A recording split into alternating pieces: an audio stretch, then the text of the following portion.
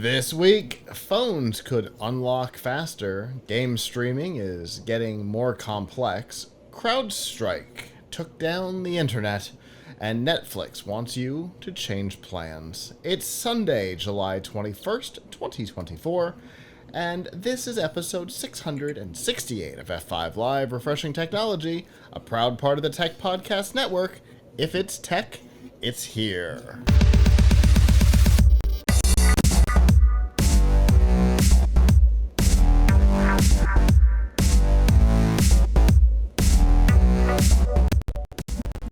Wherever you are and however you're joining us, whether it be on social media, Facebook, X, or Instagram through our live streaming services, Twitch, Kick, Rumble, or YouTube, where you can join the community and get ad-free episodes of F5 Live and Piltch, plus content as it's edited, or on our website, PLUGHITZlive.com. Thank you for making us a part of your day. There are two ways you can do that. The first is Sunday nights at 9 p.m. Eastern. You can go to f5live.tv/join us. There you can chat with us in the studio. Give us your feedback on the topics as we talk about them. We always like to hear what you have to say. If you're not able to join us live, that's okay. You can go to PLUGHITZlive.com/subscribe, and there you'll see all of our shows, including F5 Live, Piltch, PLUGHITZ Live Presents, and a whole lot more. And of course, you'll find all the ways to watch, listen, and follow along. Tonight, more than normal, if you're joining us live, coming to us via f5live.tv/join us is important because Restream's having trouble tonight. So we are currently only on Twitch. So that's one of the reasons why we always tell people to join us on that website, not going directly to the platforms, because that gives us the ability to swap things out if we need to. But that's it for our PSAs. Hello, Avram. Hey, how's it going? It's going well. Yourself? Long week. Yeah. Long week. Lots of Prime Day excitement. Or lack of excitement. I don't know. It wasn't a particularly fantastic deals season. Although there were a few deals, it wasn't an empty, completely empty situation. It's just that the deals that there were, a lot of were kind of few and far between. So Yeah. There were a lot of deals on CPUs. Particularly AMD CPUs, but we found not a ton of people wanting to buy them because clicking on the deals that for AMD CPUs that we had, perhaps because they're expecting new ones to come out very shortly. And Intel did not have any particularly compelling deals on their CPUs. They had some on like older CPUs like 12th and 13th gen, but not the current one gen. There were some SSD deals that were decent, but did not match up to what SSD deals were last fall. Yeah. But then again, maybe that ship was sailed because NAND costs more than it did then. And a couple of graphics card deals, but nothing that would absolutely blow your mind. Good deals on a couple of monitors, not very good deals on laptops. So, it was a kind of a mixed bag Prime Day season. Yeah. But, we had to spend a lot of time on it for sure. Yeah, I wasn't really compelled to anything this year. Even the stuff that, like, under normal circumstances, like the Govee stuff, that I would have been possibly compelled towards, was on sale for the same or better last week. So, it didn't really matter all that much to grab it Prime Day. And I didn't write about it. I had considered it. It was like kind of on my short list. A lot of Prime Day scams this year, where products had gone up and then the Prime Day sale price was higher than the price that it was the next day, which we've seen before, right? There was the first year, there was the pair of shoes that was like $50 more during Prime Day than it was the day after. You know, far from the first, Right. but it seemed like it was way more common this year. So, I don't know. I just didn't find myself going, oh, I've got to have whatevs this year like I have in the past. So, I don't know. But for those of you who Yeah, I mean, did get good deals, let us know. Let us know what you got, because always curious. yeah, I mean, you know what the best deal is? Not buying anything. True enough. That's True only. enough. I mean, I hate to say it, right? Uh, I was having this conversation with my son the other day, and he said, "Well, what if there's he wants he wanted a Wii controller. What if there's a Wii controller with RGB and it's only $2? Wouldn't that be a great deal?" Which of course is nothing like that. But anyway, I said, "Yeah, it would be a great opportunity to save $2 by not buying it." So if you think about it, if you didn't buy anything, you actually saved millions of dollars. Um, Now, if someone could back the truck up and give me the millions of dollars that I just saved, I would greatly appreciate, because I could use it for some other things. But, um, you know, so it was okay. Obviously, we have Prime Day. We have another Prime Day coming up. Well, they haven't said, but I bet there'll be another Prime Day in October, because we had one this year, right? Yeah. Sorry. I'm reading chat and So, it's getting chat is weirdly spicy tonight. Continue. yeah, I'm sorry. So, so we'll see more deals in October, most likely. But until then, it's a week deal time. But on the other hand, we may have some new CPUs coming in the near future from both AMD and Intel. So, August could be shaping up to be a good product release month. Yeah. We've started seeing that, August, September time being, good product release windows. So be interesting to see. And of course, we'll have we'll have content on that as stuff comes out, of course, during the Piltch point. But we have lots of news to get down to tonight, so let's get to it.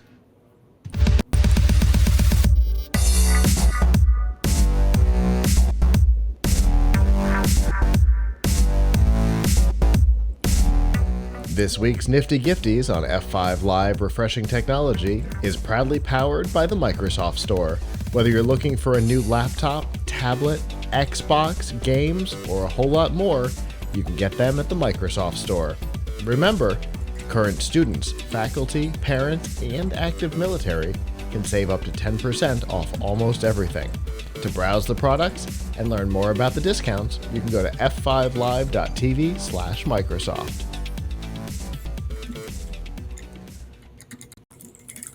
All right, so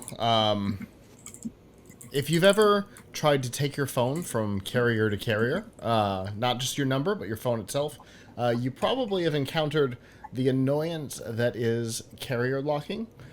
Basically, that means that the device is locked to the carrier that you purchased it from, even though the phone is fully capable of interacting with the other carriers as well. Every carrier deals with unlocking of phones differently. In the world's most annoying way possible. There's basically from day to day, there's almost no way of knowing what the policy is for any carrier. And so the FCC has decided to step in. They've done this once before, and they put rules in place that required unlocking at all. And in most cases, it had to be within a year of activation or something like that. Or immediately following the paying off of the device. But now, because of an issue with T-Mobile, and in particular T-Mobile's prepaid service, Metro. They are looking to guarantee a 60-day window from activation. Now, there are, of course, some issues that could pop up with this. There could be people who go shopping for what the carriers are calling the best deal, not paying it off, taking it to another carrier. There are potential issues here, and I suspect the carriers will challenge this proposal before it can go into effect because of those challenges. And in the end, it will probably be altered from the current proposal. But the idea of, in one way or another, standardizing the unlocking process, or at least the unlocking procedures, is a nice one. Because, for example, Metro, you have to have the phone for a year. It has to be active for a year, I think. But on T-Mobile, it only has to be active for 40 days, I think, and paid. So if you buy the phone outright and it's been active for 40 days, you can unlock it. Like, it's the same company and the policies are very different. So it would be nice to see standardization. Even better if that standardization came with customer support that knows how to do it. I'm guessing it's not done often enough that most of the people you talk to at customer support know how to do it, because I definitely struggled with that personally a couple of months ago as I tried to unlock a device to activate it on the spot, and we never did get that done, which was fascinating.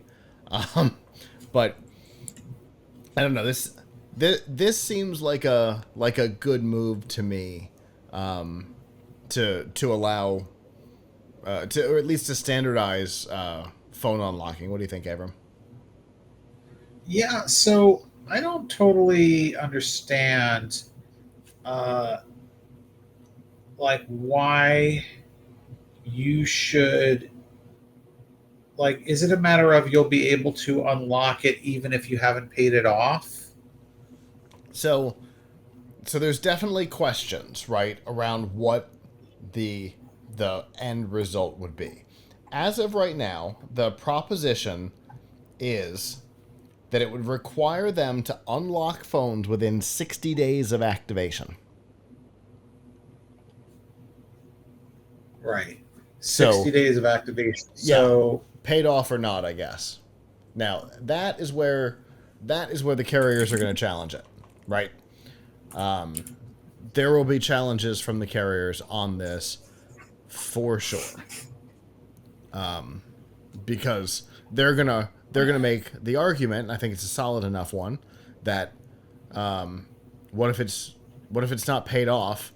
They come to us because we're running a deal. They just cancel and bolt with the phone. That's not good for us. What are we talking about?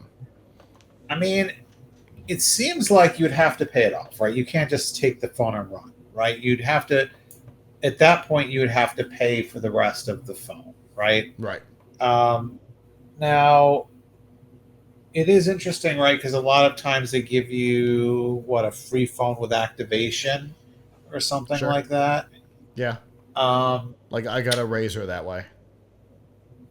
Now, my guess is, though, that there are contracts there, right? So the contract is probably like free. You have to maintain the line for X number of years in order to get the phone free. Yeah. Or you end up paying the financing fees back. Right. So in a way, I don't think this may not really be a problem because the financial incentive is still there for you to stay. Right.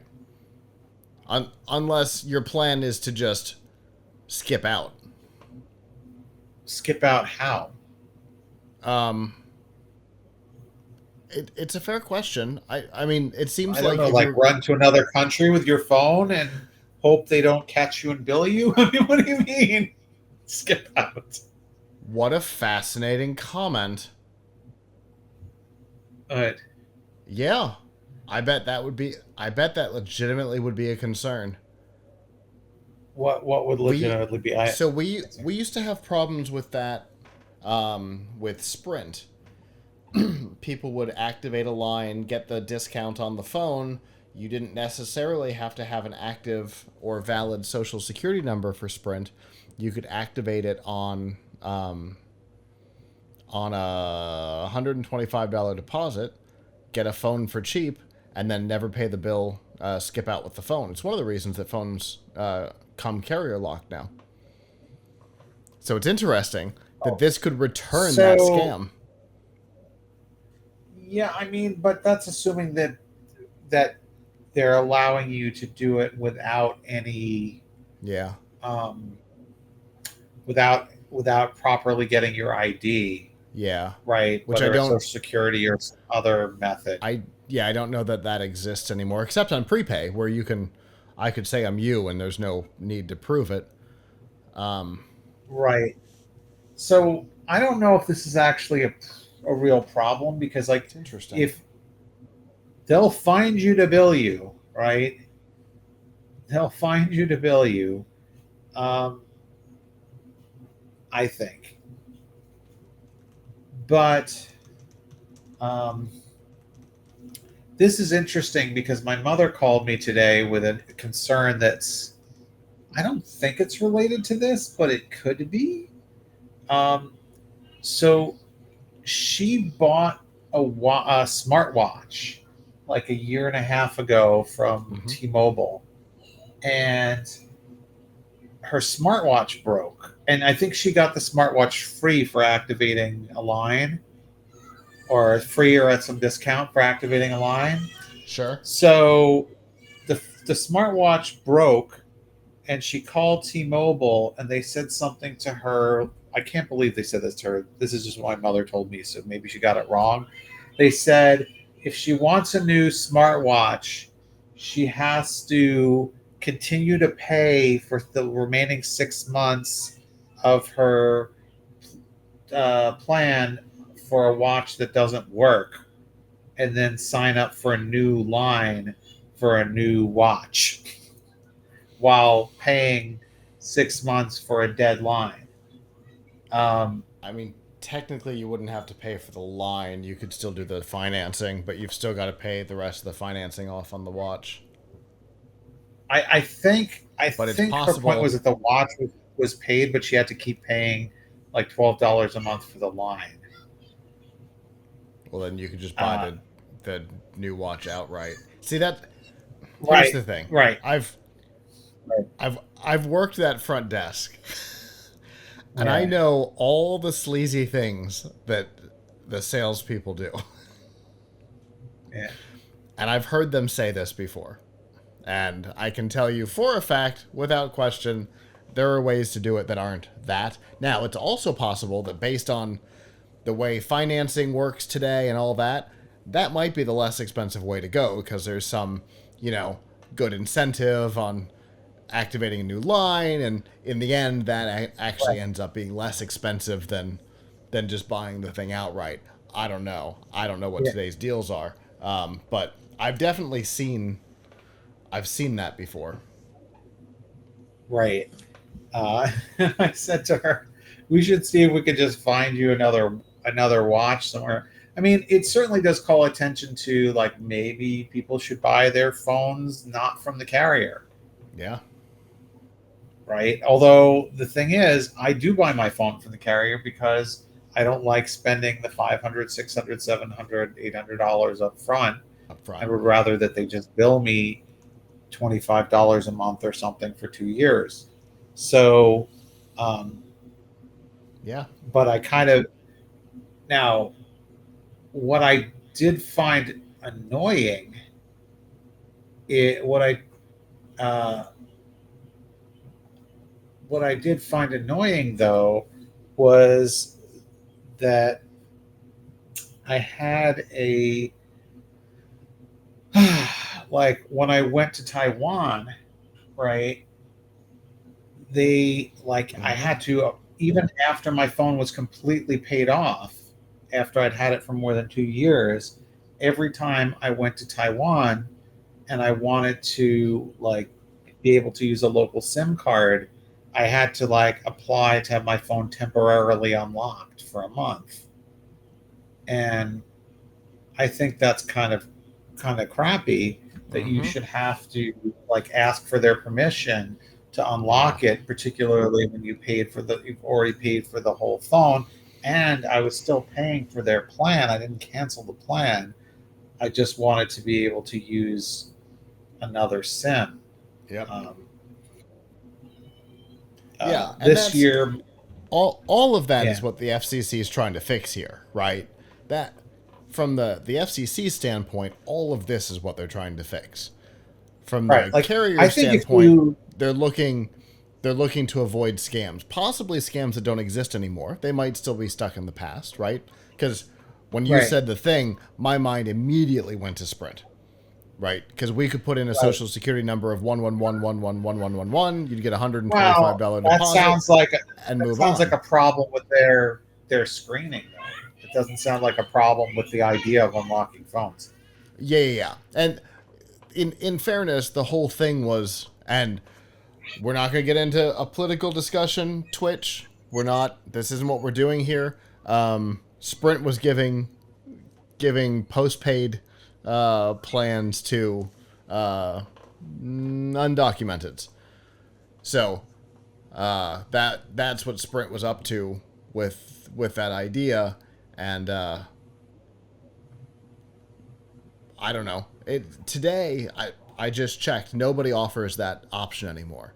So the only people who could potentially get hit by a scam in this category would be prepay, but prepay doesn't give you discounts like that. I don't think anymore.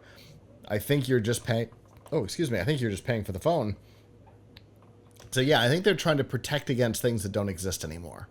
That's my current feeling. Yeah, yeah. It's just like putting a roadblock in your way that's really not helpful or Yeah. necessary. I mean, they should just make sure that, hey, look, if you want to cancel our service, if we gave you a free phone, you didn't maintain the service for X amount of time, then you have to pay for the rest of the phone, or Or we give return you a it. discount on the phone, or whatever. Like Whatever the leasing agreement is. whatever whatever the come up with an agreement that makes it unattractive for people to leave the carrier. But like, Exactly. really, if I paid you for my service and I paid you for my phone, like, don't tell me I can't take my phone and use it on something. Um, like I'm still happy with my T-Mobile service, but I would have liked to. I mean, to be fair, I made the decision. One of my colleagues said, "Look, you're just better off spending $50 on like the T-Mobile 1 month." They have a thing now where I think you can pay for 1 month of data in a high-speed data in another country for like $50. Uh, so I did that. It turned out to be more money than it would have cost to get a local SIM card by a wide margin, but um, it was business, so I expensed it and whatever. Um, but yeah, I think, you know, what if I Uh, moved to Taiwan permanently? yeah. You know, Right. shouldn't I be able to take the phone with me? I I totally agree.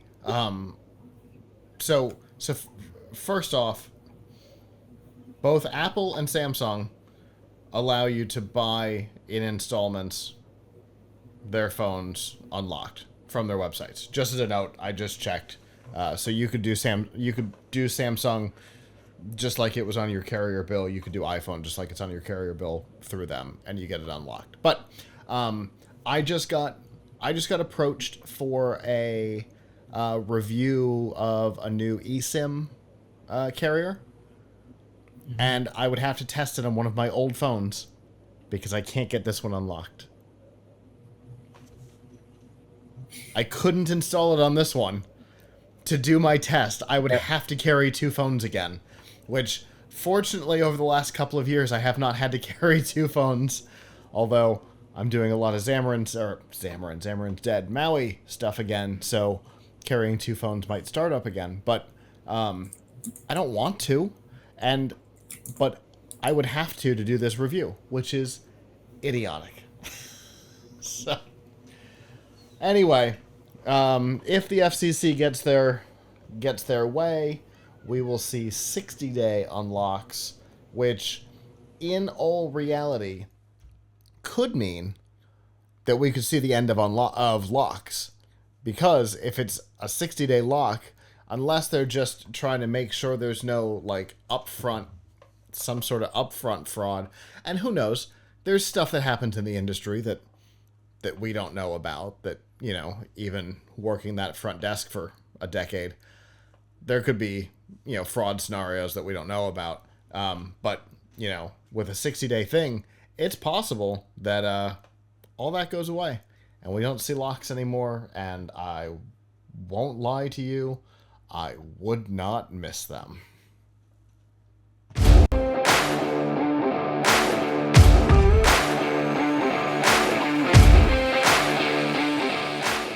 This week's Piltch Point with Avram Piltch is proudly powered by PureVPN.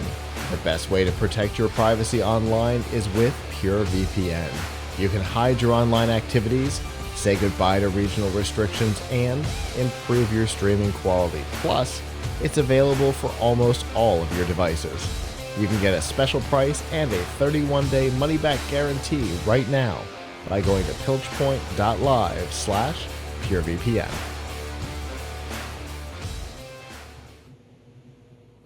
All right, Avram, what have you been working on?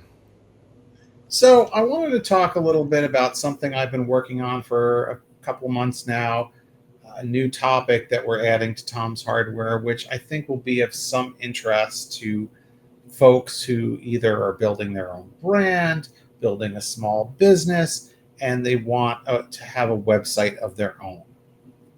We are testing and reviewing web hosting services. And there are many web hosting services, and within them there are many web hosting plans. So let's talk a little bit about what's available to you and what's worth it. So most web hosting, so there's maybe, there's a lot, but we've tested about 10 most popular hosting services in America, and many of them are also available around the world. And we have tested their different services. So let me share my screen a little bit and show you, for example, one of the services that we've tested and that we recommend, which is called Hostinger. So Hostinger here is actually run out of, I think, I'm mistaken, Lithuania originally, but now they have a U.S. office. Like most places, they have a couple of different options. So they have web hosting, which we would call shared hosting, cloud hosting, VPS hosting, and then there's some other places that have what we would call dedicated hosting. So let's talk about the differences are with these. What they are calling web hosting, which other sites like Bluehost, which is another popular site, might call shared hosting, or maybe they'll just call it web hosting too. All of these things, what you're getting here, and these are the cheapest plans, are you are on a server with who knows how many other websites, maybe dozens, maybe hundreds, and you are paying this kind of low cost per month, and then you can set up a website on it using something like WordPress if you want. WordPress is a very popular CMS publishing tool. You get emails related to that. You get email addresses. Obviously, you have to register a domain. Now, most of these places would love for you to register a domain with them. Don't do it. What you should do is register your domain with a separate domain registrar. And of course, they make it a little bit more of a hassle for you to set up if you use a separate registrar, but I strongly recommend it because if you have your domain tied to your hosting service, then if you decide you want to leave in 2 or 3 years, then you're going to have problems transferring the domain. So, and what happens is they'll give you a cheaper free domain. And what's really killer is most of these plans you see here, it says for 48-month term. Some of them are for a year term, whatever. And then after that, all of a sudden the price is like 5 times as much, right? So they really get you with the long term, after the promotion period is over. So, at that point, you may want to move to another service, and you don't want to have problems because your domain is tied up with that host. So who I would use is either a lot of people like, and we use Namecheap for doing for registration. Now you could also use GoDaddy as another big one. What do you like to use, Scott, for registering your domains? GoDaddy. So GoDaddy is a good one. That's been my go-to for like 25 years now. I mean, my personal domain is on GoDaddy, but when we started setting up domains for testing purposes, we wanted the cheapest of the cheapest of the cheap for that. So we set up a whole bunch on Namecheap. So we have like a whole bunch of, here that are like .sbs, which is not a top level domain I would recommend. But we do it because it was $2 each for a year so that we could use them for testing. So Namecheap also would like to sell you hosting, as would GoDaddy, but don't fall for it. You want to keep them separated, right? As the great Offspring once said, you got to keep them separated. So anyway, you have the shared hosting plans, and they are good for a start, but there's limitations in them. There's a limit in the amount of traffic you have. You very often cannot access the shell to run shell scripts or really have any control over the server. And so, you are and once you get hit with a fair amount of traffic, it's not going to last. It's going to crap out.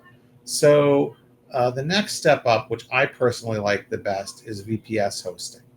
VPS stands for Virtual Private Server. And what that means is that you are on with other people, on a box with other people, but you are guaranteed it is treated as a virtual full server. You have control over it. You can reboot the server. You can install software. You can upgrade the OS. You can run all types of scripts if you want, and they will go forever. I had one place I was running a test script that just writes every minute, writes a log file, and writes to a log file, and I forgot that I was running. I came back after like a month, and it was still running.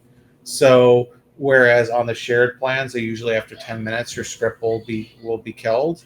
So I like VPS. On here with Hostinger, you have a choice of a few different VPS plans. And you notice when you look at VPS plans here or elsewhere, you'll see how many CPU cores you're entitled to, how much RAM, and how much disk space. And I recommend you go with no less than 2 CPU cores and 4 gigs of RAM. Ideally, obviously going up to 4 and 16 is good for performance. And of course, you want that storage space so that if you have a large database, you can grow with it.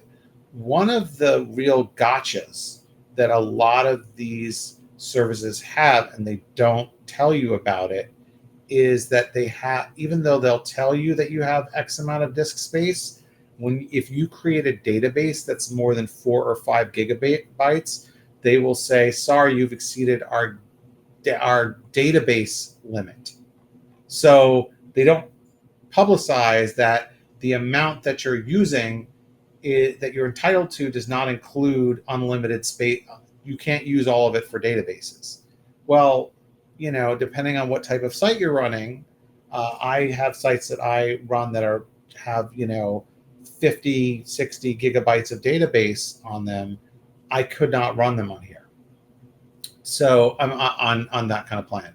Fortunately, Hostinger, their shared plan seems to have a database size limit, but the VPS plan does not. Another type of hosting that a lot of people get is called cloud hosting. Now, this is a weird name because isn't everything in the cloud if you're paying for web hosting? That's like calling it hosting, right? But Hostinger has it, Bluehost has it, and some others have it. And it has things that it does well and does poorly. It doesn't give you the amount of control that you have with VPS in terms of your ability to run scripts and install software. You can do some of that, but you don't have full control of the server. And they sometimes do have a database size limit. For example, on Hostinger, I found there was a 6 gigabyte database size limit on their cloud plans. But the cloud plans allot resources in such a way that they are the fastest at serving traffic. So by far and away, when I benchmark these, and one way in which I benchmark them is to run what I call the Apache test. So let me show you what that looks like. So for example, we set up a dummy site on the Hostinger cloud hosting. This is the default WordPress template, right? Now, I'm going to show you what it's now. It may embarrass me with a live demo, but we'll see. I'm going in here to the Windows Linux subsystem for Windows, or is it Windows subsystem for Linux? And I'm going to run AB, which is a test that will send 5,000 concurrent users at 500 simultaneously to 500 a pop to this site, and we'll see how fast it reacts. Now, with some hosts, it wouldn't even get to the 500. It will just say, sorry, I can't do it, right? On others, the number of requests per second would be pretty small. When this is over, you're going to see here, I don't know if it's blurry, what you'll see is that we managed to do 266 requests per second, or 3.7 milliseconds per request, right? Now, if I go to the VPS plan that we had, right, much more flexibility on the VPS plan, which we had assigned to Tom's Hosting 2, right? Looks the same because they're all using the same dummy site. Now I'm going to do this with 2. You're going to see that it's not going to be nearly as fast as the cloud plan. You can tell already because it hasn't even gotten to the first 500 requests, right? Hopefully it won't time out. Some of them time out. So what we're seeing here is that, with a cloud plan, you definitely get more speed, but less flexibility. With a shared plan, you get the least flexibility and often the least speed, but it's the cheapest. And then there are some places that offer dedicated plans, which means you pay for a whole server per month, but those can be very, very expensive. So the other thing to keep in mind is what exactly are you using to control your site? Like, what tools does it offer you? On a Hostinger, which is cheap, by default, they don't give you the best tools, right? They give you the cheapest tools. So if I go into my, say, Hostinger account here, and I look here. So our KVM2, that was our let's see, this is our VPS plan, right? So if I want to, so they have their own little tools for me to go around, which are fine, but they don't offer. But my panel access here is through something called virtual min. It's kind of annoying, actually, how like you have to go in to get to this web min, virtual min business. May not even actually have the password for this here. But I think I might have to go to Tom's hosting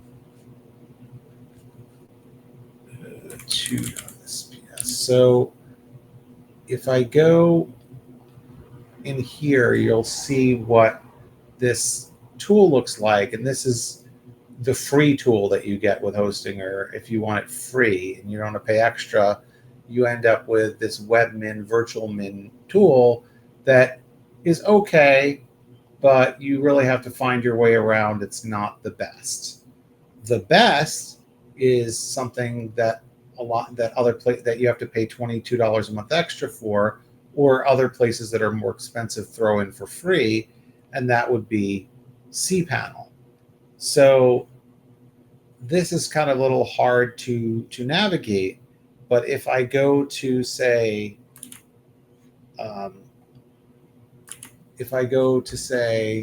one of our other sites where we have cPanel installed, you'll see,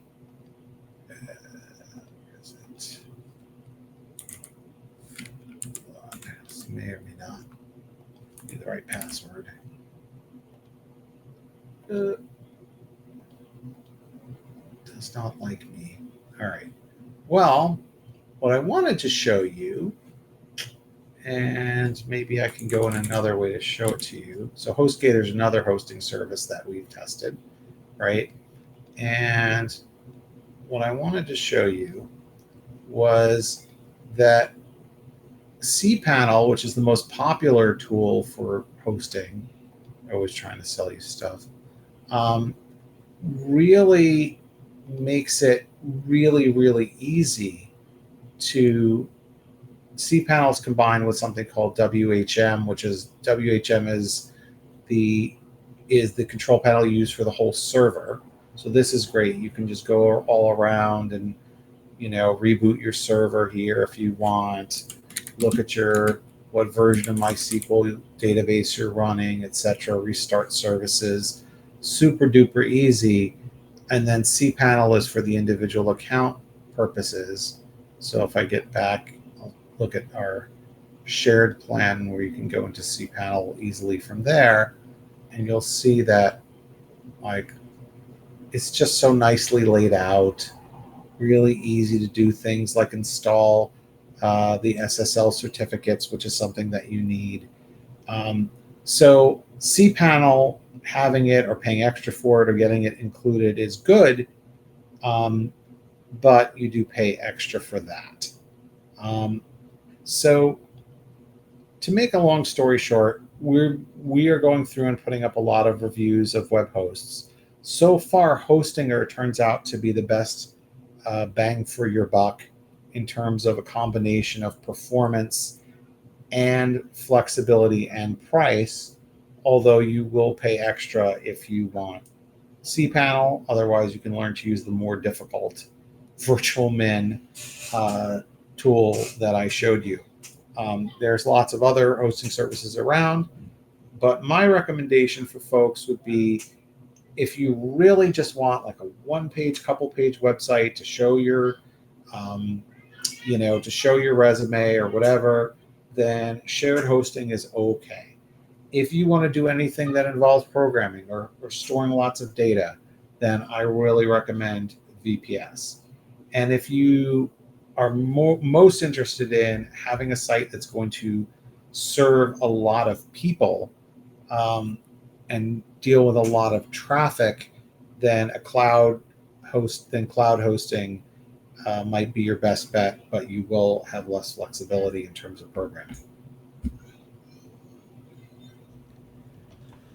I have to say, I am terrified about the idea that there is something worse than cPanel.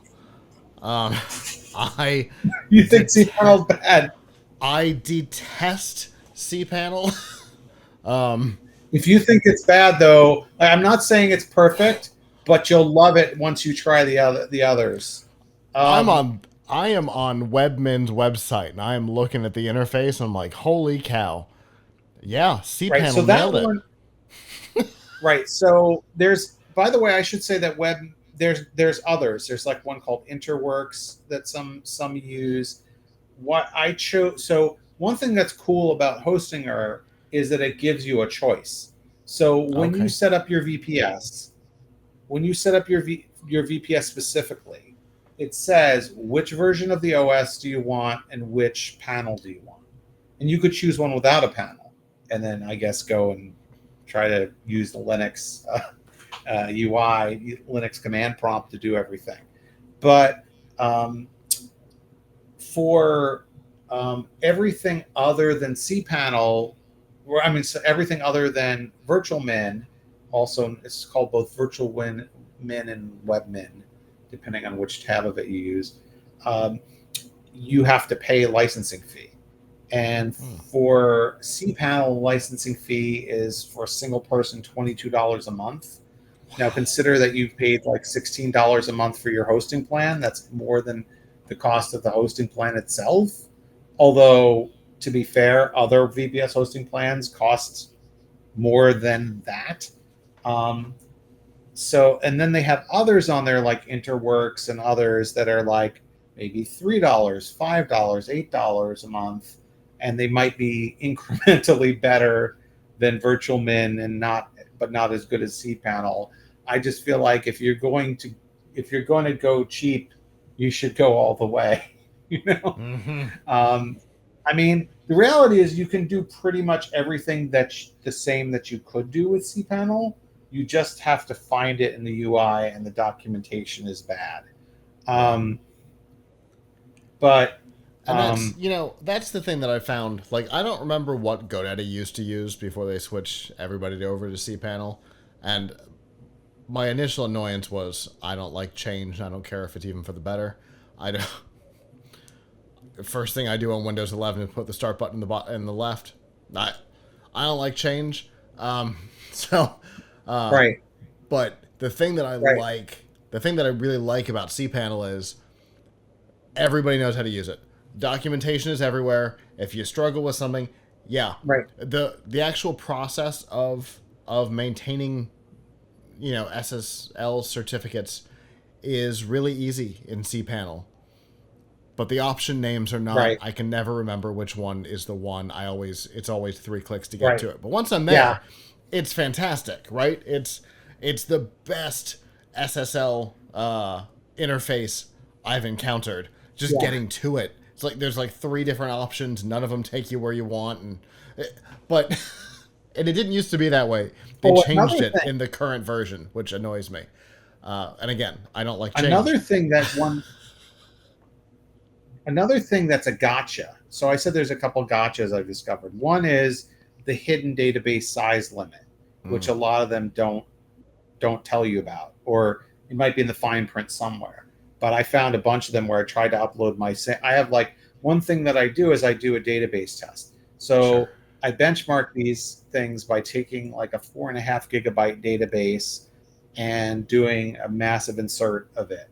and then I do another thing where I do like a randomization of the numbers in it, and then I do another thing where I do like a table join and a big sum or whatever, and I Mm-hmm. time it.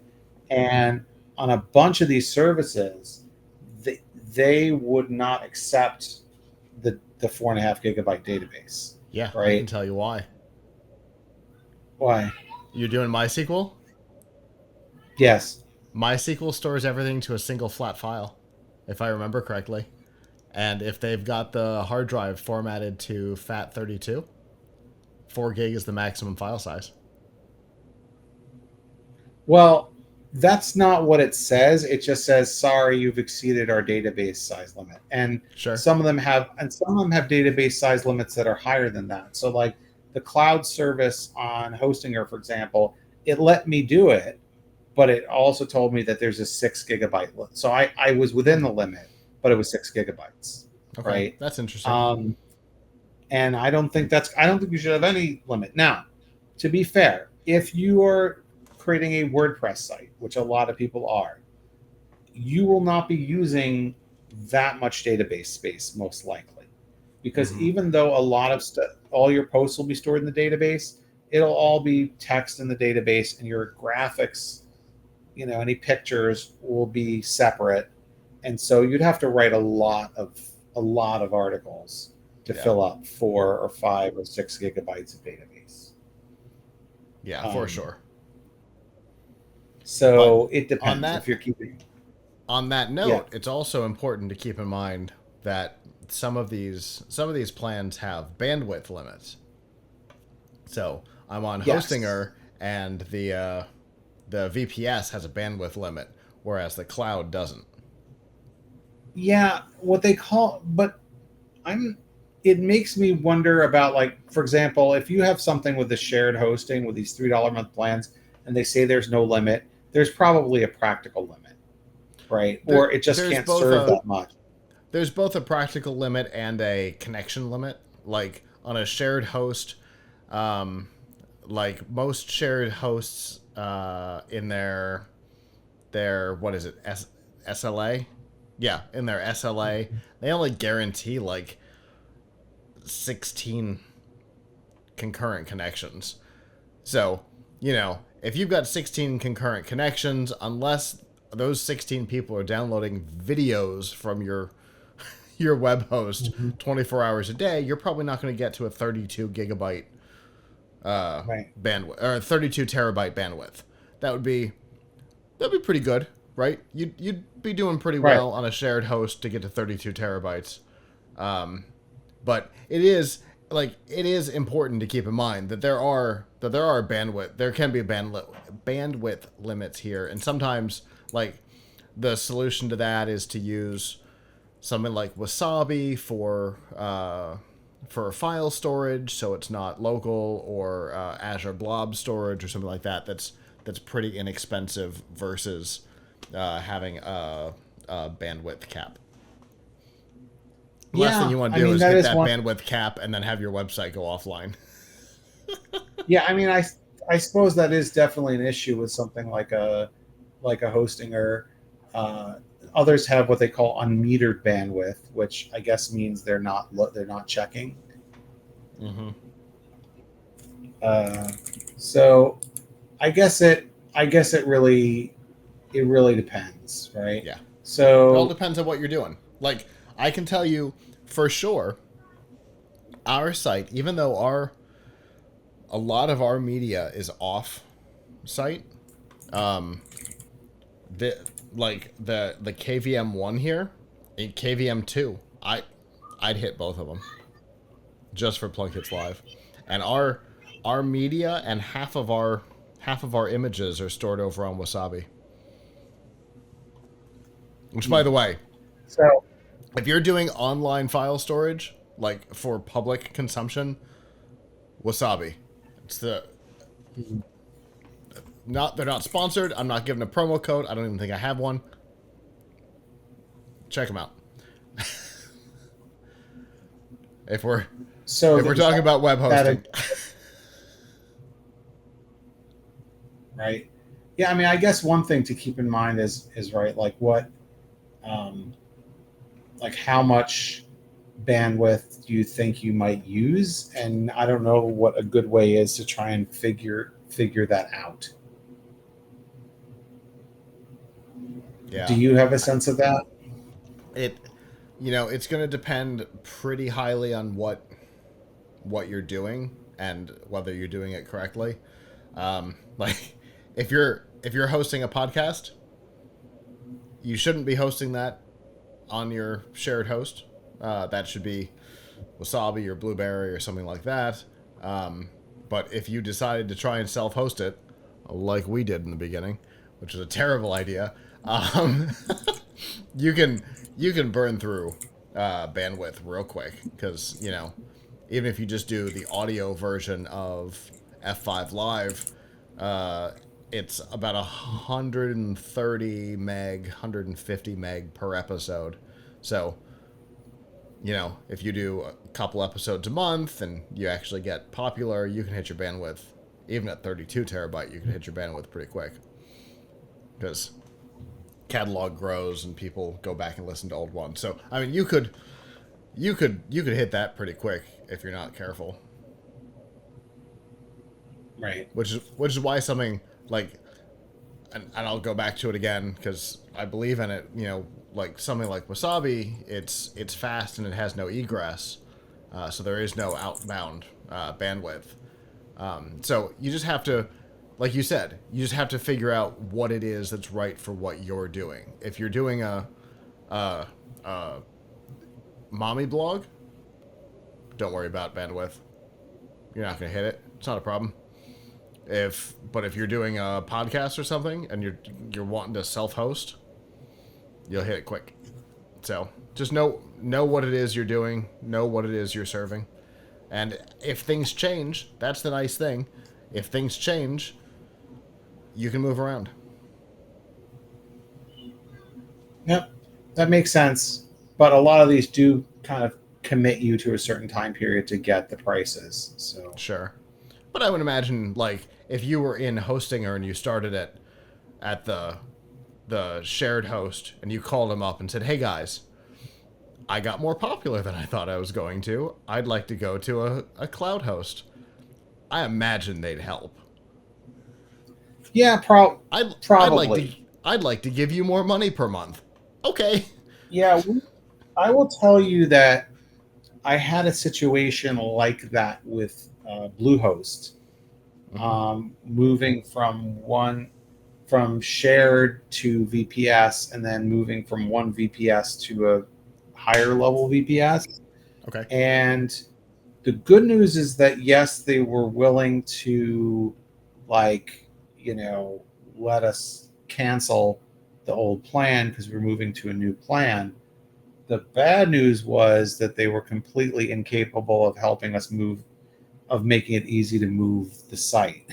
Oh, no migration? Yeah, no migration. Oh, So, that's rough. or rather, they claimed that they could help us migrate for like $100 or $150, and then they really could Sure. not Okay. do it, and I ended up doing it myself to the tune of like 20 hours of work. So, and that's even to move from one VPS to another. I was kind of hoping that like they could just like move your stuff, um, but they could not. So, you would hope that, I don't know, something like a VPS, they could have just said like, "Oh, you paid for the higher plan, great. We're going to turn on like 2 more CPU cores for you by Right. flicking a switch, and another 100 gigs. We'll just assign it to you." But they apparently had to move us to a completely new box, and treat it as a completely new account. That's So, entirely the uh, opposite of the point, but okay. I've so yeah, you would have. I've never personally dealt with Blue. I know some of the other members of TPN have dealt with Blue and have had issues with them in the past. I don't know anybody who's done Hostinger until you said it 15, 20 minutes ago. I'd never heard of it. I know, I mean, it's a number of people on TPN are on GoDaddy, and popping between stuff has seemingly been not a problem. And I know DreamHost has been an absolute disaster for people in the past. Not just because of the big billing issue they had a while back. Yeah, I mean, none of these is fantastic. Sure. And just because we got good performance on one doesn't necessarily mean that it will be meaningful for you. Mm-hmm. So far, we like HostingR because it's a good deal. Sure. Although you aren't getting unlimited bandwidth, it's a good deal compared to, say, HostGator and Bluehost, which are two other really big names. I really like the customer service, though, and the tools at Scala Hosting, although it didn't do as good with performance. So I think, there's different, we'll continue to do more of these reviews. But I think one thing in general you can take away is if you want you want flexibility, VPS is better, because then you can do things like run scripts. And obviously I'm coming to it from my own biases, which is that I've used VPS to create all kinds of tool sets that are used by a handful of people and not, a million people. So I'm more concerned about like flexibility and performance than I am about being able to handle massive bandwidth. So I guess it depends what you need it for. Right. And that's, it kind of it doesn't matter what it is we're talking about. Knowing what it is you're trying to accomplish and using the thing that works best for that, is important because, one of the things we didn't talk about was technology stacks, right? Whether or not these prices support IIS or any of that. So, and sometimes they do, sometimes they don't. Some hosts have support for either IIS or the Apache mod version of it. So, it all depends on what it is you're trying to do, whether or not a particular technology or laptop or camera or phone or whatever, whether or not it's the right one for you because it does your thing. Yep. Very true. You said you guys are doing reviews? Yep. So we have one of HostingR up. We have one of HostGator going up probably tomorrow. Got another 8 that I have benchmarked and we're going to do reviews of. But, it's one of those things that, believe it or not, they're not all the same. They're not all the same. They're not all equally worth your money. Obviously, there's a lot of other things to it as well. Some now claim to offer AI to help you, although that's really just building generative AI into things like WordPress so that you can ask it to write an article for you or something.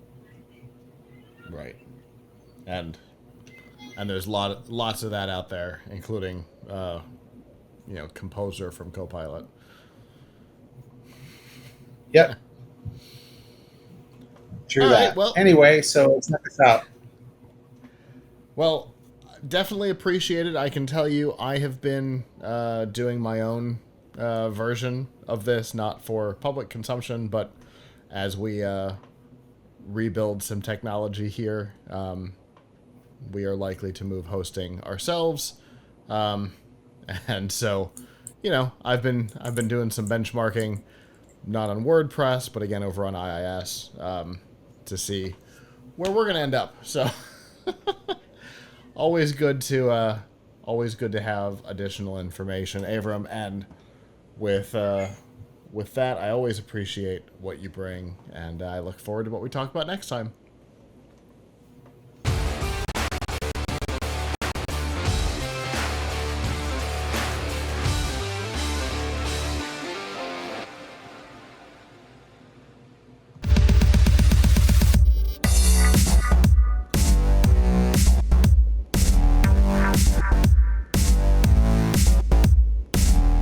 This week's Extra Life on F5 Live Refreshing Technology is proudly powered by EXA. EXA brings the latest technology to gamers, offering the most immersive products for the ultimate gaming experience. They've compiled the best elements of cutting-edge ENC tech, the latest in Bluetooth 5.0 and 7.1 surround, plus extra features into their headsets so everyone can enjoy a sensational gaming experience.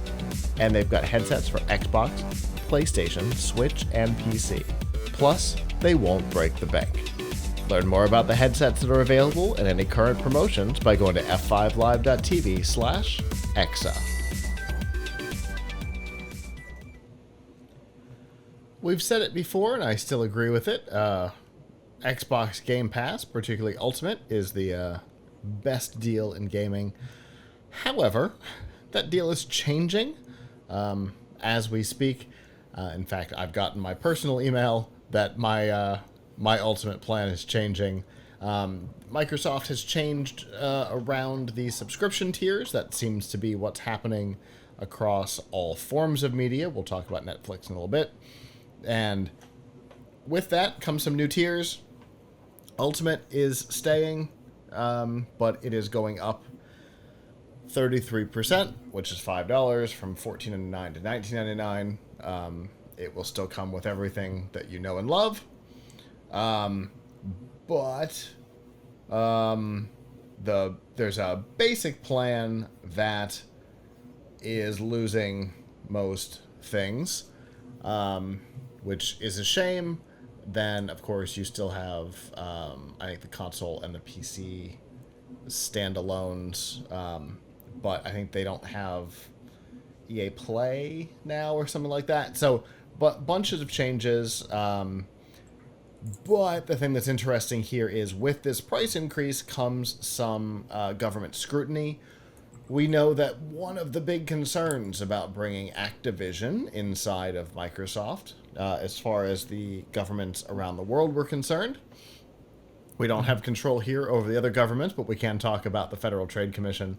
One of their big concerns was what was going to happen with Game Pass, whether or not the purchase of Activision was going to be reflected into the cost of Game Pass. Microsoft assured the FTC that that was not going to happen. And here we are several months later as Activision titles are starting to show up in full force across Game Pass. Ultimate has gone up and other plans have lost features. So there is going to be increased scrutiny across this, though it is important to note that, you know, yes, the purchase of Activision has changed what is available on Game Pass, right? The amount of content has gone through the roof, and so with that comes cost. I think even we talked about it, that there was going to be a cost increase at some point, probably in the short term, and there was kind of no way around it. That if all of this stuff was going to come to Game Pass, it was going to get paid for somewhere, somehow. Activision wasn't magically free. But it was pretty quick turnaround, and it is unfortunate to see. And I do suspect that we will see some complaints from the Federal Trade Commission, from the European Commission, whatever part of the EC oversees mergers and acquisitions, because they were the big concern here. But one of the ways that Microsoft dealt with concerns over Game Pass was through a relationship with NVIDIA GeForce Go. Nope, GeForce Now. GeForce Go a thing? Doesn't matter. GeForce Now, which is their streaming service, and Microsoft has agreed to put a bunch of the first-party titles from Microsoft Studios onto GeForce Now. And two interesting things happened there this week as well. The price of GeForce Now, as I initially learned from Tom's Hardware, has been cut in half, at least for the short term, and either as a tease against Microsoft and their increased prices, or more likely the expansion of the relationship between Microsoft and NVIDIA where from Xbox.com, you can now launch GeForce Now on titles that support it, which is pretty cool. So now, from the game listing, you can launch cloud gaming. You can purchase it and send it to your console. You can purchase it through the store, install it on your PC, or you can pop open GeForce Now and play it there. That is a pretty cool capability. And with the pricing structure and the difference in the way, we've talked before, we've got episodes on the difference between Game Pass and GeForce Now. It gives a totally different way of playing and of theoretically streaming for those Game Pass subscriptions that still have cloud gaming, which they don't all have anymore. It gives more options to gamers, and I think we've talked about this many times over the years, Avram. More options is almost always better. Yeah, that is almost always better. One thing, though, that I really want to say about Xbox Game Pass while we're talking about it is what a pain in the butt Microsoft is about trying to push you to subscribe to it. Mm-hmm. When you, I cannot, the amount of times that, I set up a new PC, I've set up new PCs recently, things that came and, the out-of-the-box experience, these Snapdragon Copilot Plus PCs that I had to test, and the amount of times that it tried to get me to sign up for Xbox Game Pass, during the setup, you skip it, and then I think later it says, let's finish setting you up and try to get you to do it again. I got an alert in the, an actual alert notification in my notification area for it at one point. And of course, sometimes Xbox Game Pass, but I think also sometimes just ads for individual games like Candy Crush or whatever are appearing on the lock screen now. So I find that extremely annoying no matter what plan it is. How about that start menu addition they tried in the Insider, where your profile showed which services you had and had not signed up for? Right. I mean, they're pushing it hard. Now, of course, it's subscription revenue, recurring revenue is all the rage in the tech and entertainment industry, and in this particular case, Game Pass is the combination of the two, of Microsoft being the tech and gaming being the entertainment.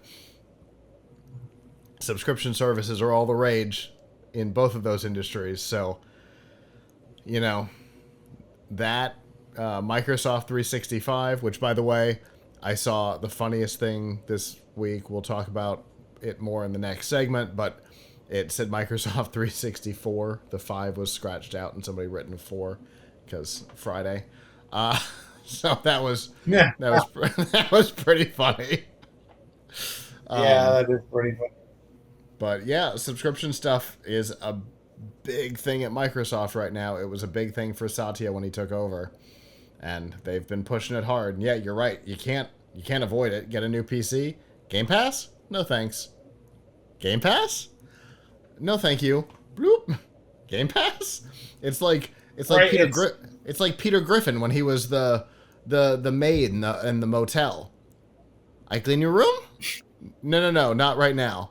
I clean? No, we're sleeping. I clean.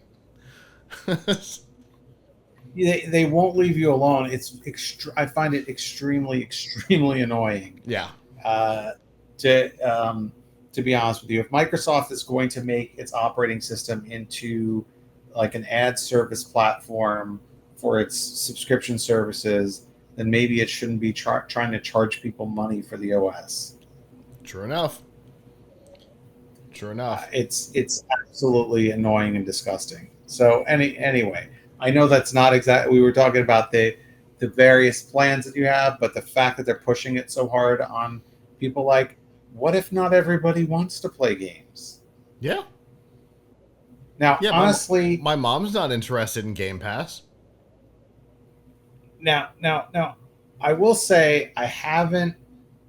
All the systems that I've set up where I've had this have been, I think, home office, have been like Windows 11 Home. Mm-hmm. So I don't know if it does it on Windows 11 Pro or not. It does. Because I just set up a bunch of them at Forge, and it pinged me for each and every one of them. So even if you are buying this for work, I mean, I assume IT departments can just turn it off or something. But Yeah, I mean, you can change the OOBE. So can OEMs if they want to. They just don't, because I think they get a cut of the sign up. So. Yeah, I find the whole thing really disgusting. That's all. It's really, and like, I mean, also obviously they're pushing other things on you, like is it not Copilot Plus? Because that's the type of machine, but is it Copilot Pro? Pro. Is that the one where you had to spend $10 extra a month or something, and you get unlimited image generation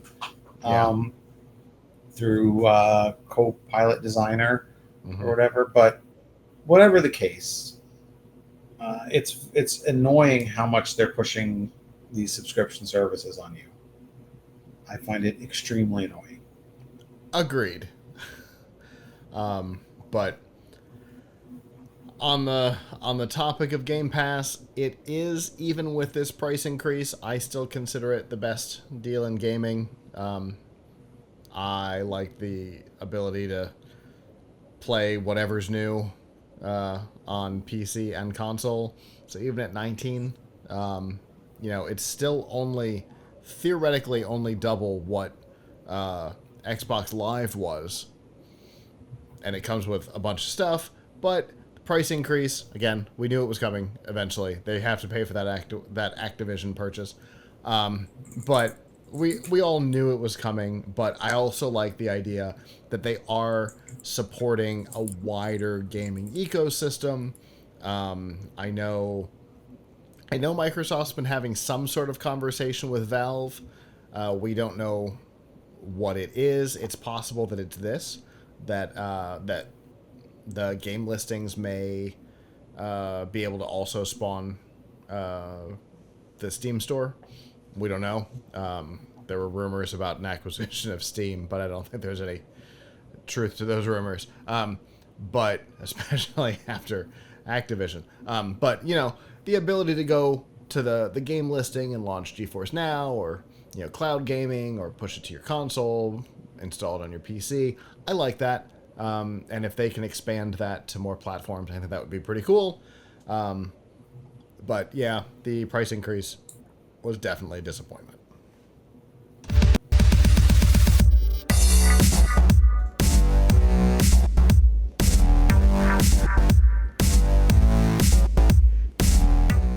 This week's news from the tubes on F5 Live Refreshing Technology is proudly powered by Malwarebytes.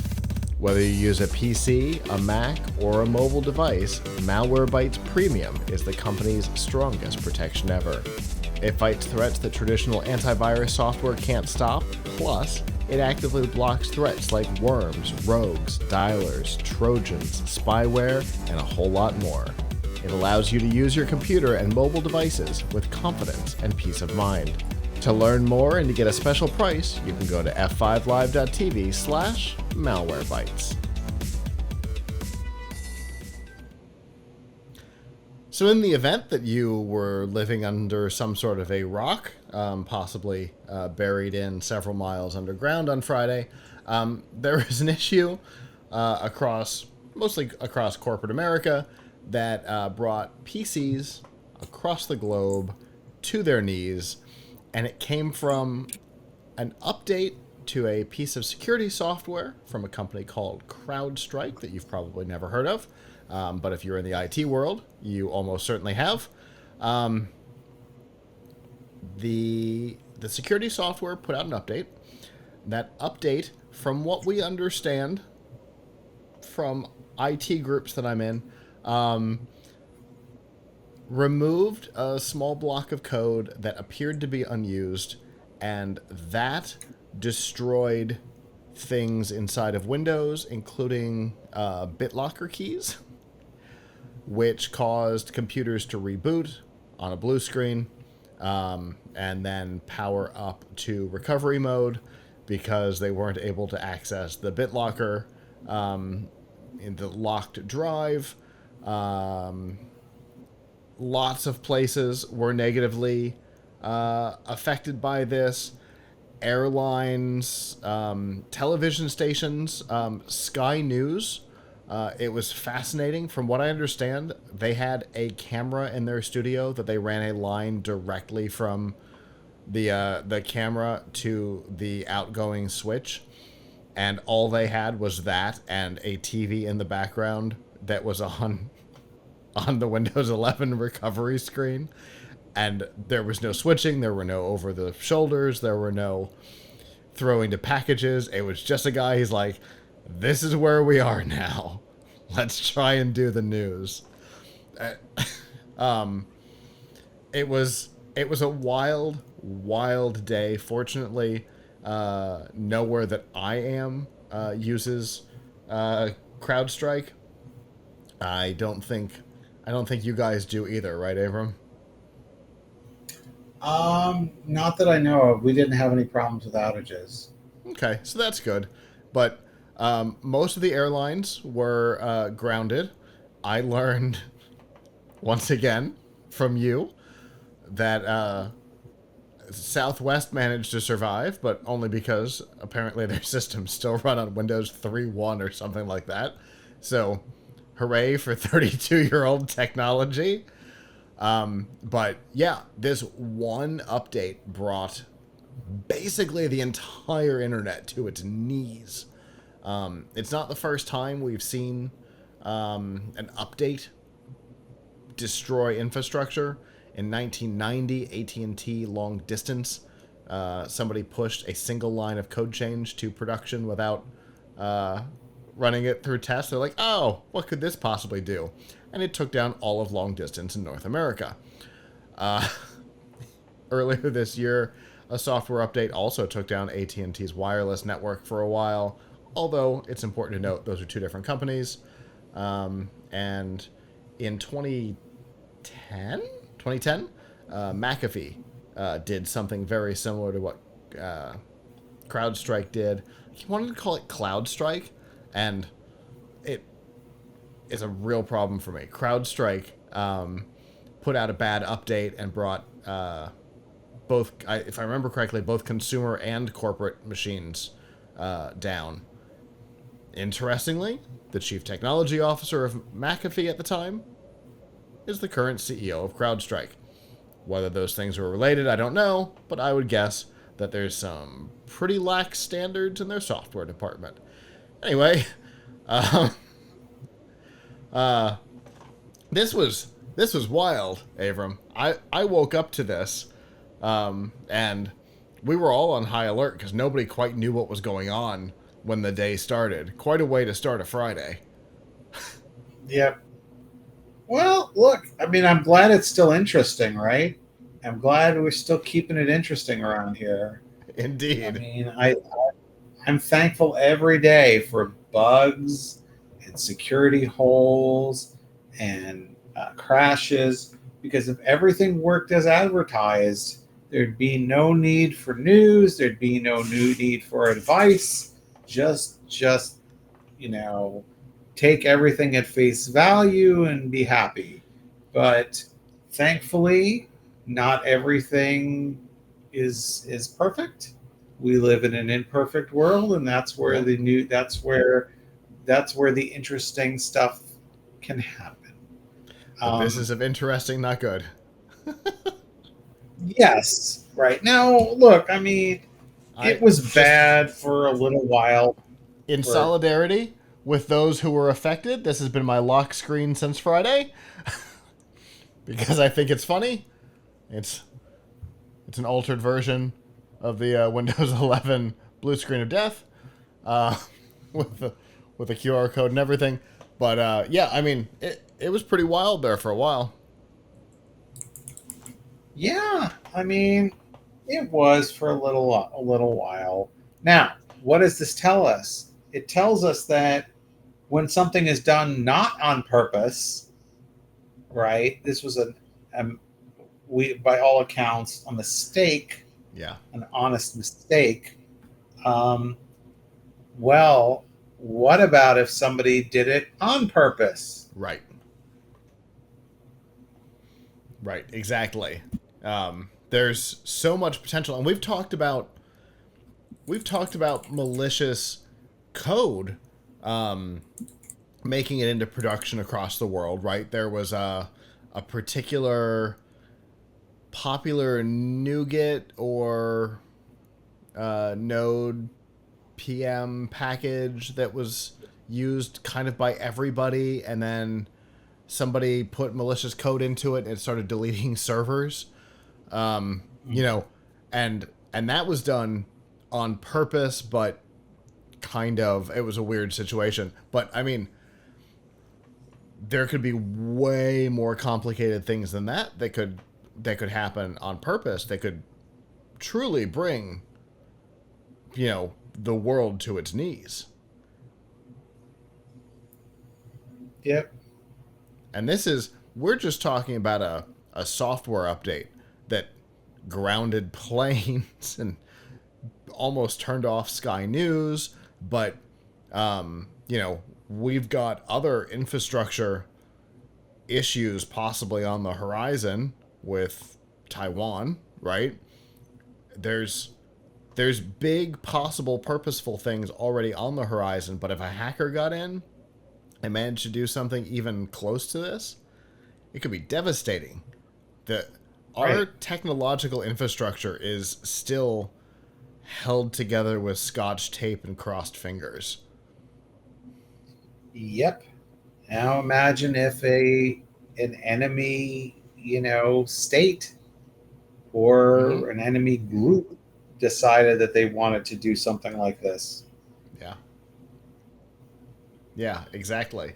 Like the thing that pops into my mind is uh if somehow like China or North Korea or Russia was able to get a hold of the Newton Soft packages, the I know most of our listeners, unless you're a software engineer, you don't know who Newton Soft is, but if you do, you know that the entire world is dependent on that package. It is almost every piece of software you interact with on a daily basis is one way or another dependent on the Newton Soft NuGet package. And if that thing were to somehow be compromised, woohoo, the damage that would be done would be wild. Right, right. I mean, obviously there's just so much, so much potential damage in such small, um, you know, it's amazing how the global economy can be so in such a precarious place. Yeah. Like, obviously, we don't know how much money was lost due to CrowdStrike. It sounds like not a big deal, but Except for um, CrowdStrike. I mean, therefore, not a big deal for the rest of us. but, Yeah. uh, Their but their stock price is in the toilet. but yeah, so buy low, I guess. But but like I was reading the other day, for example, that um, if Taiwan were cut off, like Taiwan chip production was cut off Mm-hmm. from the rest of us for whatever reason, either it got destroyed or mainland China took over, and then the other countries boycotted. Well, that would account for something like $7 trillion of the global economy, Woof. and and that would be the equivalent of like, was it something like, no, maybe was it $7 trillion or 7% of the global economy? Either way, not good, right? It's a big number. Either way, not good. All based on the chip production that takes place in Taiwan. So think about, because we've gone and centralized everything in one place like idiots. Yeah, it's not. I mean, it's not good, right? That's why. That's why, obviously, a lot of countries, including the United States, are trying to get chip production inside their own borders. But the companies that are responsible for doing that, like TSMC, are not seemingly in a huge rush to do it, and so we're probably many years away from having that capacity. But anyway, not to derail it, but this just shows how easy it would be. If you take one of those foundries offline for a day, right? Like that has a significant global impact. Yeah. And that's not even, and that's just a day, right? I mean, look at what happened in 2020 when the foundries were offline for like 4 weeks in the first batch. They were offline for 4 weeks, and Ford stopped production. Well, they didn't stop production because I guess they weren't entirely paying attention. They kept making trucks hoping that the chip shipments would catch up.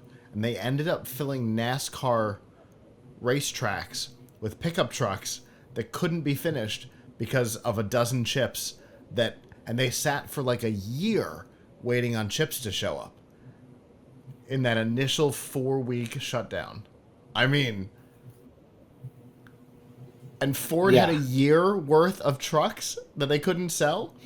The dealership kept calling my dad, from Toyota. They're like, hey, we know your lease isn't up yet, but we'll give you more than you paid for your truck if you bring it in today.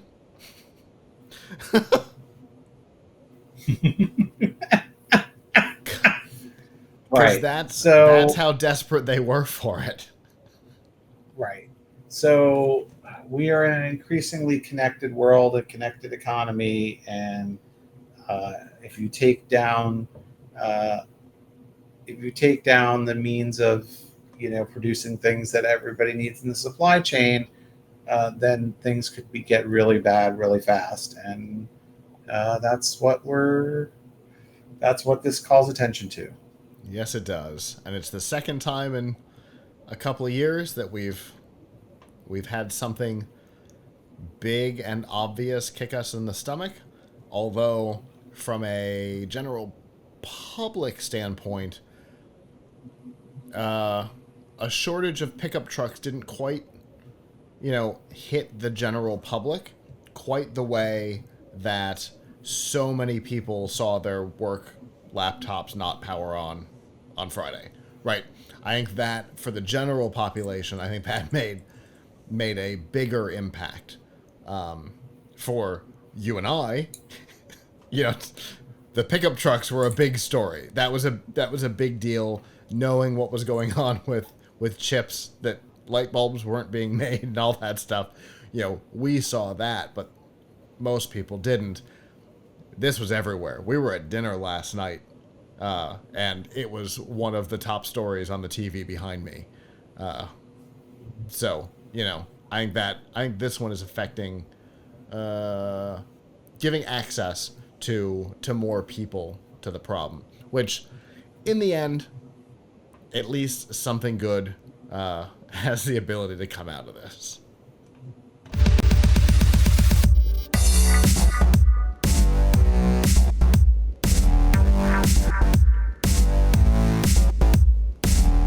This week's DRM Not Included on F5 Live Refreshing Technology is proudly powered by Amazon Prime. We all know that you get free shipping on millions of products with Amazon Prime, but you get a whole lot more, like free music with Amazon Prime Music. free TV, movies, and documentaries with Amazon Prime Video, free games, and a free Twitch subscription to support the content creator of your choice with Amazon Prime Gaming, plus a whole lot more. We've got links to all of these features and some of our favorites, plus a 30-day free trial, all by going to f5live.tv/prime.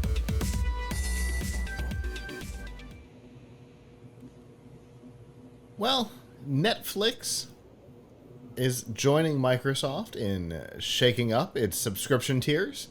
The basic tier that has been around for a while, it was their least expensive non-ad supported tier, went away a while ago now.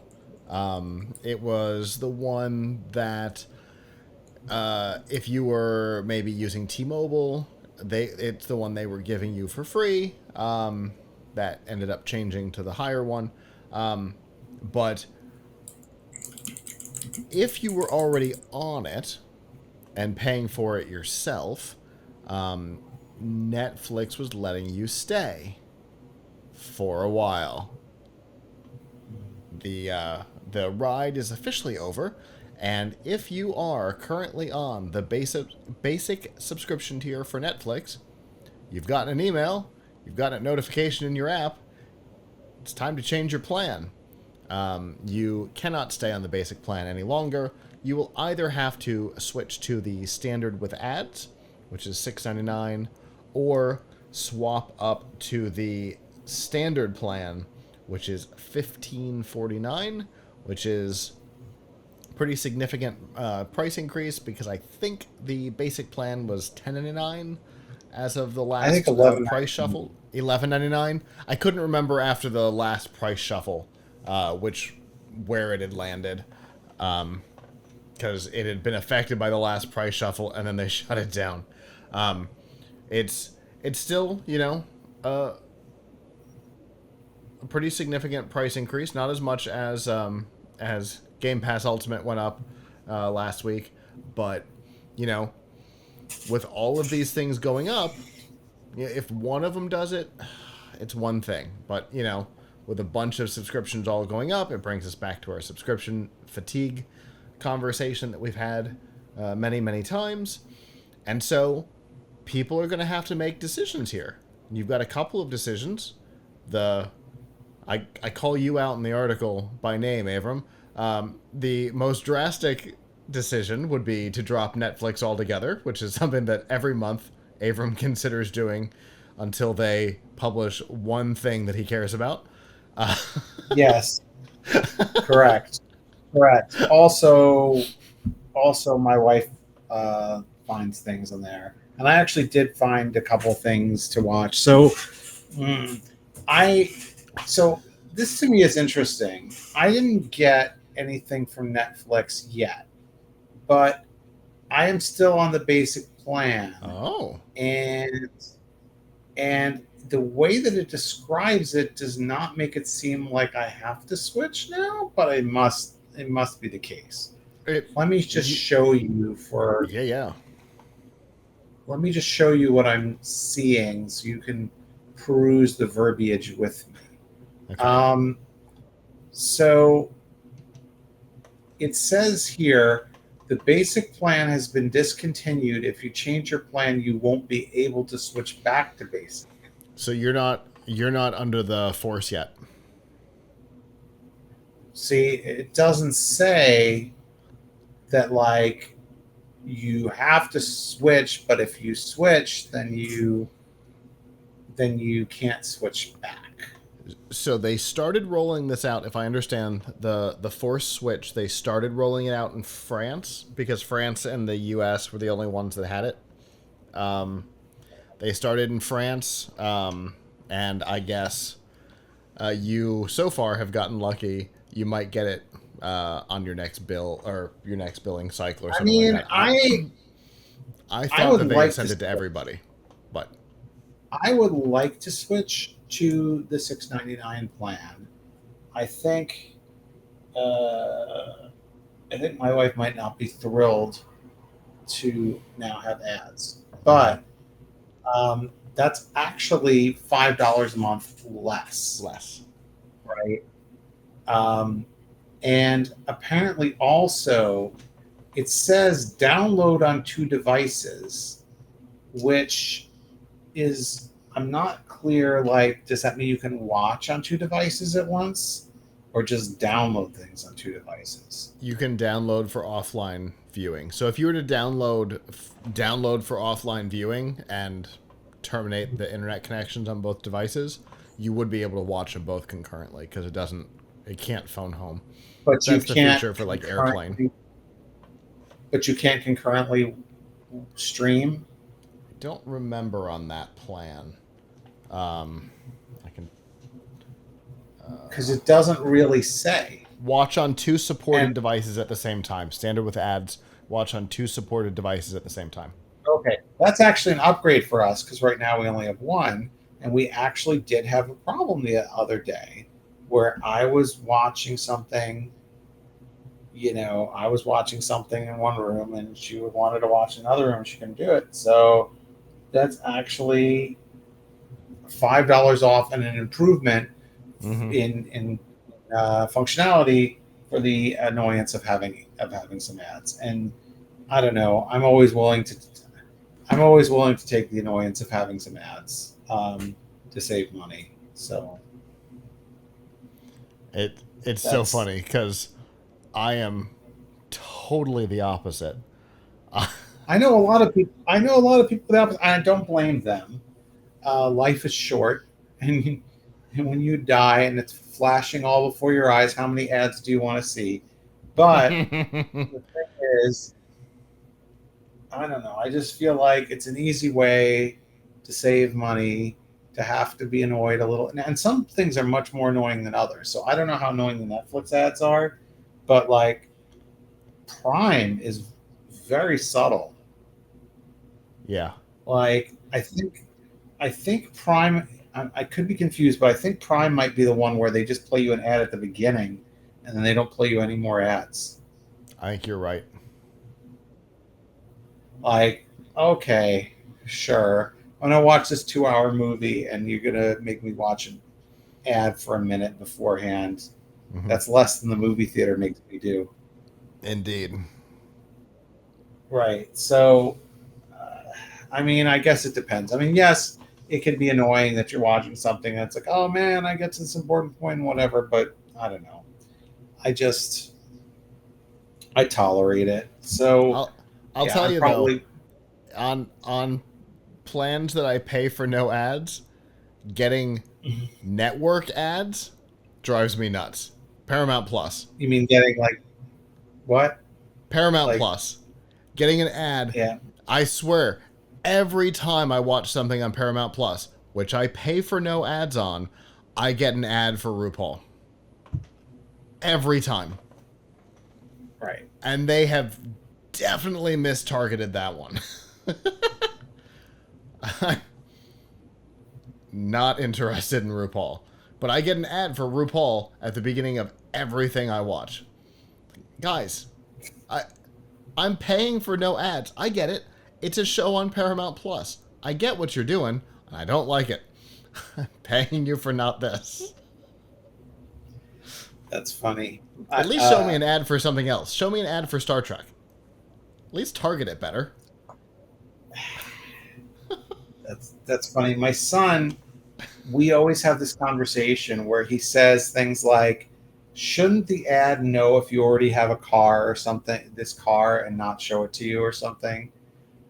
Or shouldn't, like, he's expecting, or like, he'll get an ad for like, but you bought that. Why would you get an ad for it again? And I keep telling him, like, how much privacy do you want? True. Right? I'm fine to watch an ad for something I already own. Because it means that they don't know that I already own it. I'm fine with that. I mean, it is a little weird in the sense with Amazon or whatever, where you're getting ads all over the internet. And it's like, but wait, I already bought this thing and now you keep advertising it to me. But And we know I bought it. Because I bought it from you. I mean, maybe the fact that you transacted isn't, or maybe they think whatever it is, you'll want to buy another one of it, even though it might be the kind of thing that you don't need another one of. Sure. So, yeah, it's like a 3-pack of Mevo cameras. The number of ads I saw for the 3-pack of Mevo cameras from Amazon after I bought them. It's like, no, y'all know I'm not buying another 3-pack of these cameras. Ironically, at some point I will. But A, it will not be through Amazon. I know. They're the sponsor right now. It won't be from Amazon. It'll be from Logitech directly. But, and B, it's not going to be soon. I don't know if I said 1 or A. It doesn't matter. I do that all the time. We'll go with B. B, it's not going to be anytime soon.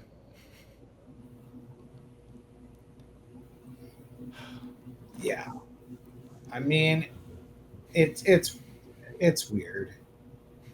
They're not really.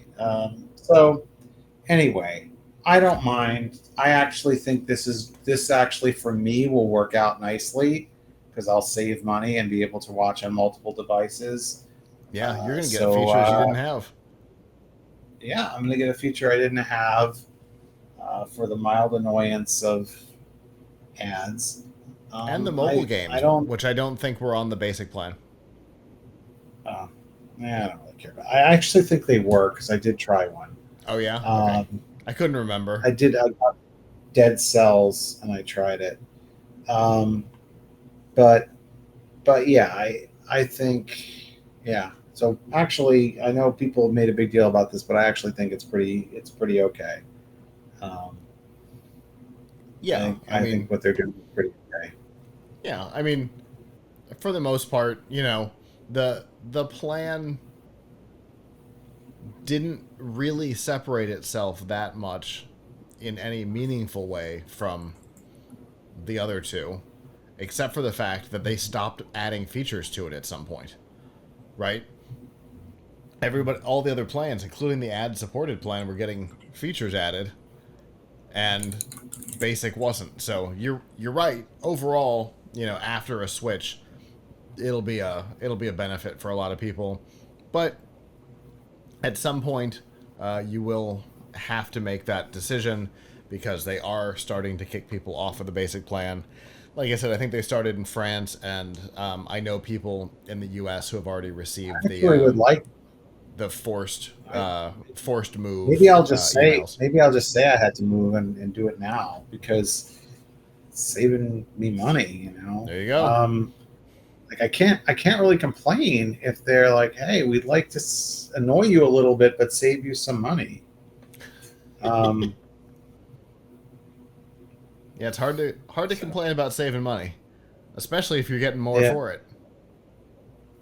Yeah, I mean, I don't know how bad are the ads. You're getting an ad every second. I mean, no, it was somewhere between Hulu with ads and Twitch. Twitch is the worst, but somewhere in between.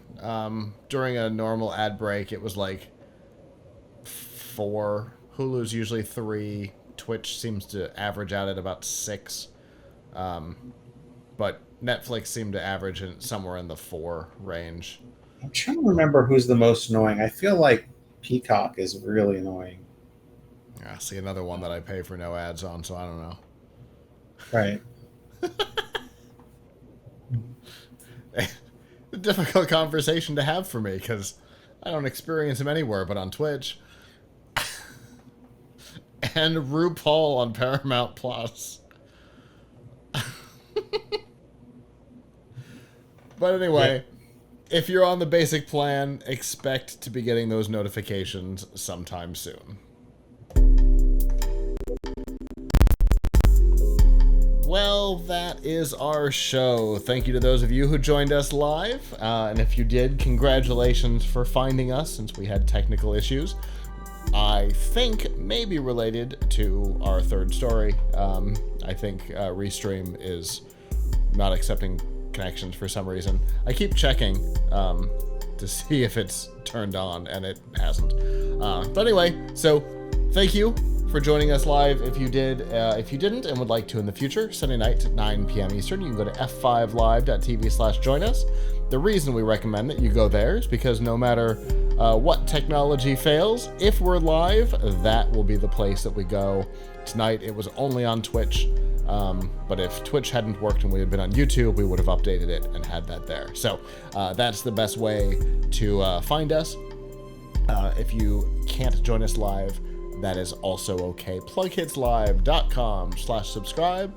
There you'll see all of our shows, including F5 Live, Piltch Point, PLUGHITZ Live Unboxed, and How To, both of which have lots of content coming.